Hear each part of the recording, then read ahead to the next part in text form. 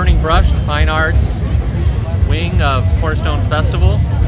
This is Carl Sullivan, Nancy Hughes. We're here to show you some artwork and invite you to be a part of Burning Brush.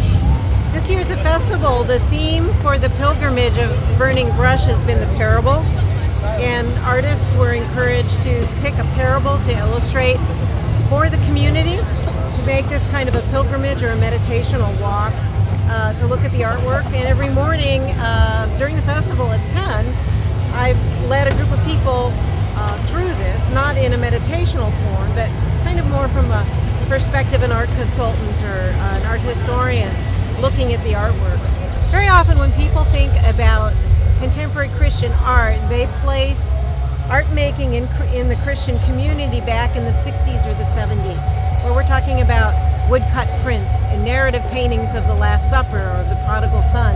And they don't believe that Christians can think in a contemporary form to do conceptual work, which is ridiculous, because obviously Christians want as much as any other culture or people to be able to speak into their current culture and their time place, and perhaps even more so. This one is from Mark and referred to the parable of the growing seed, but the artist chose to interpret it not as the seed as a plant, but the growing seed as being a human life. Well, this piece here is one of the parables. It's called The Signs of Jonah.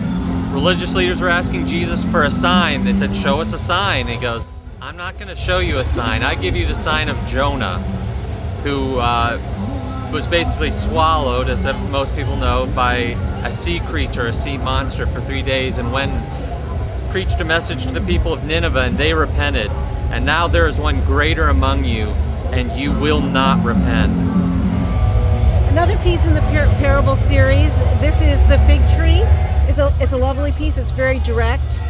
And sometimes for some people, when you approach art to meditate about it, or to enter some kind of a spiritual dialogue between yourself and God, the simpler image actually works better.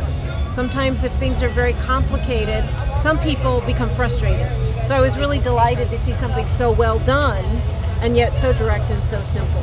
So there's all kinds of clues here to the Christian faith and the Christian worldview that aren't things like crosses and fishes and cups of wine or crucifixions and so forth. But it's contemporary art, and we really, Carl and I and the others that are involved in Burning Brush, really wanted the artists to come to us with their heartfelt ideas and perceptions about the parables. So these are, in one way, very personal narrations, and in another way, they're universal because they are the parables.